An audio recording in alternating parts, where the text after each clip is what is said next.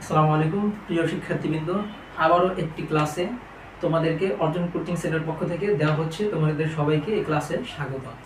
আজকে আমরা গত ক্লাসে আমরা করেছিলাম লেকচার 1, আজকে আমরা বলবো হচ্ছে লেকচার 2, হচ্ছে একাদশ দ্বাদশ শ্রেণীর আইসিটি চতুর্থ অধ্যায়, যার নাম হচ্ছে HTML এবং ওয়েব ডিজাইনের পরিচিতি।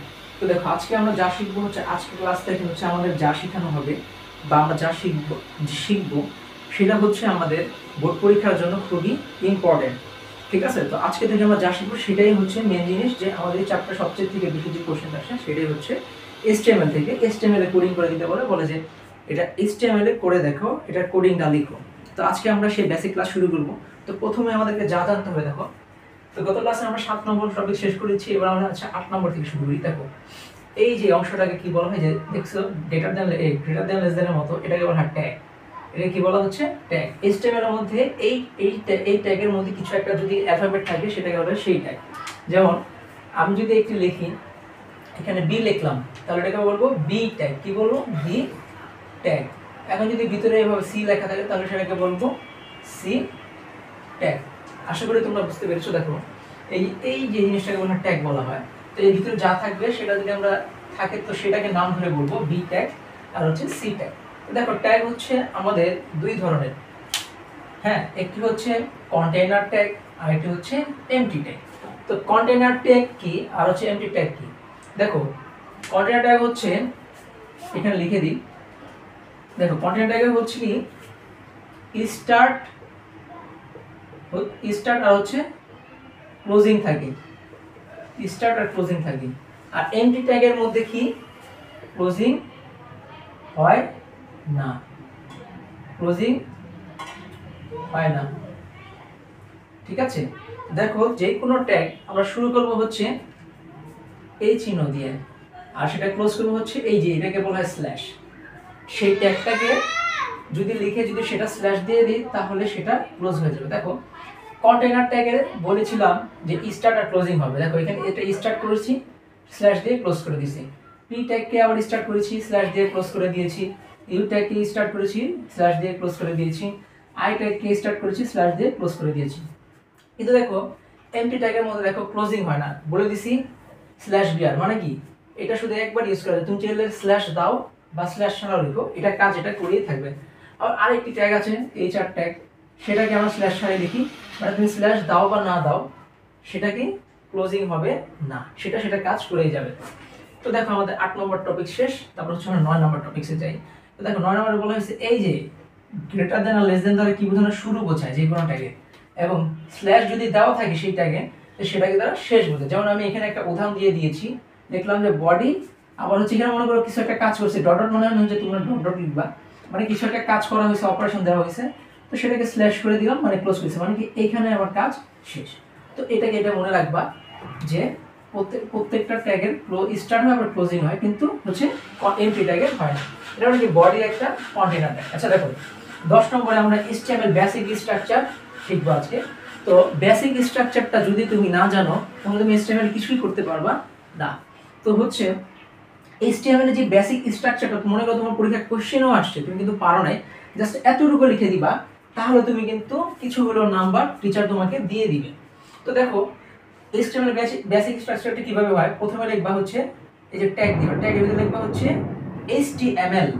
আর ভালো কথা, HTML এর প্রত্যেকটা যে ট্যাগ থাকে সেগুলো কিন্তু ছোট হাতের অ্যালফাবেট হয়, বড় হাতের হয় না। কেউ আর মনে করো যে হ্যাঁ বড় হাতের অ্যালফাবেট হয়, তাহলে কিন্তু ভুল। তো দেখো, HTML লেখার পরে তারপরে হচ্ছে HTML এর পরে যে কাজটা করতে সেটা হচ্ছে হেড। তো হেডে করার পরে হেডকে স্ল্যাশ দিয়ে দিতে হয়, মানে হেডের মধ্যে কাজ তেমন একটা নেই, শুধু জাস্ট মাঝে মাঝে করা লাগে, মাঝে মাঝে করা লাগে না। তো এই জন্য আমরা হেডটাকে ক্লোজ করে দিলাম। তারপর দেখো, এখানে হচ্ছে বডি ট্যাগ দেওয়া আছে, বডি ট্যাগে গিয়ে এখানে ডট ডট দিয়ে আবার স্ল্যাশ দিয়ে ক্লোজ করলাম। এখানে ডট ডট মানে বোঝানো হচ্ছে এখানে কিছু একটা কাজ করা হয়েছে, এটা মানে আমাদের এই যে বডি ট্যাগের ভিতরে যাবতীয় কাজ, এখানে কি যাবতীয় কাজ। আমরা যাবতীয় যত রকমের কাজ করি HTML এ, কোড রান করার পর যে ফলাফলটা আসে অধিকাংশ, মানে সবচেয়ে বেশি, মনে করো 90% কাজ আমার বডিতেই করা লাগে। এই হেডের কাজ হচ্ছে মাত্র 10%, অনেকে হেডিং দেয়, সেটা আমি সেটা একটু পরে দেখাচ্ছি। তো দেখো, আমাদের মনে রাখতে হবে বডির মধ্যে আমরা সব রকমের কাজ করবো, এটা তোমরা খেয়াল রাখবে। তো প্রথমে কি HTML শুরু করব, তারপরে হেড শুরু করবো, হেড ক্লোজ করবো। হেডের পরে হচ্ছে বডি শুরু করলো, বডিকে ক্লোজ করে দিল, তারপর হচ্ছে HTML কে ক্লোজ করে দিল। এখন দেখো এটা মনে রাখবা, HTML head start head close, body start body close, তারপর আবার HTML ক্লোজ। তো দেখো এখানে একটা জিনিস মনে রাখবা, সেখানে কি যেই ট্যাগ শেষে স্টার্ট হবে তাকেই আগে ক্লোজ করতে হবে। তো দেখো এখানে আমার ট্যাগ কয়টা ছিল, HTML হেড বডি। হ্যাঁ, এখানে সবার শেষে স্টার্ট হয়েছে কে, এটা হচ্ছে বডি, তো বডিটাকে ক্লোজ করে দিছি। এখন একটা কথা আছে, তোমরা বলতে পারো তো স্যার এখানে তো হেডিং এ ক্লোজ করেছি, কারণ হেডিং এর কোনো কাজ নেই, হেডিং সবসময় রাখবে ক্লোজ থাকবে। তুমি HTML রান করো, তুমি এখানে কাজ করো বা না করো, হেডকে তোমার লিখে ক্লোজ করতেই হবে, না HTML রান হবে না। তো ঠিক আছে, তো এখানে আমরা যখন আরো ট্যাগ নিয়ে কাজ করব, তখন তোমরা এই কথাটা বুঝতে পারবা, যে ট্যাগ শেষে স্টার্ট হবে মানে হেড ব্যতীত তাকেই আগে ক্লোজ করতে হবে। তো দেখো এখন হেড যদি বাদ দিয়ে দেই, তারপর থাকে কি বডি সবার শেষে হইছে না, HTML এর পরে কি বডি, তারপর দেখো বডিকে আগে ক্লোজ করছি। ঠিক আছে, ঠিক তেমনই মনে রাখবা, এই কথাটা বারবার মনে রাখবা, যে ট্যাগ শেষে স্টার্ট হবে তাকেই আগে ক্লোজ করতে হবে। তো এভাবে মনে রাখবা। আরেকবার বলি, রিপিট করছি, দেখো HTML head close, body close, তারপরে হচ্ছে HTML ক্লোজ। তো স্ল্যাশ দিয়ে আমরা ক্লোজ বুঝাই। তো এখন আমরা কিছুক্ষণ আগে একটু আগে আমরা দেখেছিলাম হচ্ছে HTML এর বেসিক স্ট্রাকচার। ঠিক আছে, তো এবার আমরা দেখব হচ্ছে ডাইরেক্ট কিভাবে কোডিং করতে হয়। তো এর জন্য অনেকগুলো কোডিং করা লাগে, অনেক ট্যাগ আছে, তো প্রত্যেকটাকে আমরা আলাদা আলাদা ভাবে তোমাকে দেখাবো, যেন তোমরা প্রত্যেকটা ট্যাগের আলাদা আলাদা ব্যবহার জানতে পারো, পরে সেগুলোকে অ্যাটাচ করবো আস্তে আস্তে, যেন তোমরা শিখতে পারো। তো প্রথমে যে আমরা কাজ করব, দেখো 11 নম্বর যে টপিকের সাথে কি বলেছে, হেডিং ট্যাগ এবং পি ট্যাগের ব্যবহার। আচ্ছা, হেডিংটা মনে আছে যে এইখানে হচ্ছে তোমার উইন্ডো, মনে করো এটা উইন্ডো বলতে হচ্ছে তোমার মনিটরে যখন তুমি এই রকম একটা মনে করো দেওয়া আছে, বলা হচ্ছে এটাকে তুমি পরীক্ষা যদি প্রশ্ন আসে, হয়তো এই লেখাটা দেওয়া থাকবে কিন্তু এগুলো থাকবে না, জাস্ট বলে দিবে this is my paragraph, this is my class by P tag, আর হেডিং থাকতে হবে ওয়েলকাম। তখন তুমি কিভাবে HTML করবা, তো সেটাকে আমি একটু মনিটরে দেখা দিলাম যে কম্পিউটারে এটা দেখতে একেবারে কেমন হয়। তো দেখো এখানে তো তোমরা এটা জানো, এটা হচ্ছে মিনিমাইজ বার, এটা হচ্ছে ব্যাক বার, এটা হচ্ছে ক্রস বার, এটা হচ্ছে মিনিমাইজ বার। তো এই আমাদের যে HTML যে হেডিংটা থাকবে, সেটা সবসময় ওই বারের সাথে উপরে এরকম একটা বক্সে থাকবে। তো এটাই হচ্ছে আমার কি বলতো, এটা হচ্ছে আমার হেডিং। ঠিক আছে, তো এখন আমার এইটা হচ্ছে আমার কাজ। কিভাবে শুরু করব, আমরা প্রথমে কি শিখেছিলাম, প্রথমে HTML করতে হবে। ঠিক আছে, HTML লিখলাম, তারপর বলেছিলাম হেড করতে, হেড লিখলাম। এখন আমাকে দেখো এখানে যে হেডিং করা আছে, হেডিং এর ভিতরে যে কথা, এটাকে বলা হয়, যা লেখা থাকে সেটাকে বলা হয় টাইটেল। তো দেখো হেডিং এর ভিতরে যেটা লেখা থাকে সেটাকে বলা হয় কি টাইটেল, হেডিং এর ভিতরে যা লিখবা। তো এই জন্য আমরা লিখলাম টাইটেল, টাইটেল ট্যাগটা লিখবা, তারপর লিখবা হচ্ছে এখানে কি লেখা আছে, ওয়েলকাম।